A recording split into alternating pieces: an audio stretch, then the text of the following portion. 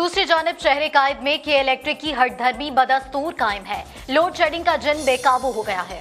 के इलेक्ट्रिक के दफातर के बाहर सियासी जमातों समेत शहरी सरापा एहतजाज हैं। क्या कहते हैं जानते हैं नदीम शहजाद से। नदीम शहजाद, इन लोगों का क्या मुतालबा है?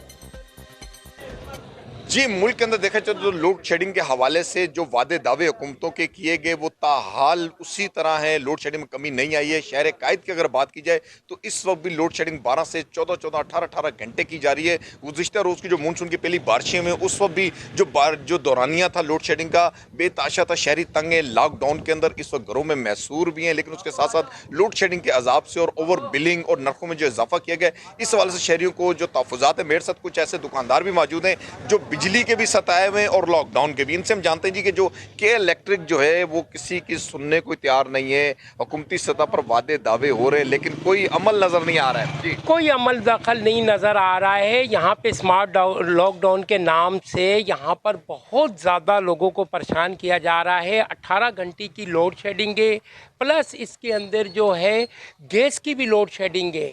और इस शदीद गर्मी में पानी, बिजली, ख़ास तौर पे बिजली के मसले को तो ऐसा इन्होंने किया है कि जैसे अजाब से बढ़कर। जी, जैसा कि इनकी जानिब से ये कहना है कि इस पर देखा जाए तो कि इलेक्ट्रिक जो मुकम्मल बहुत शुक्रिया।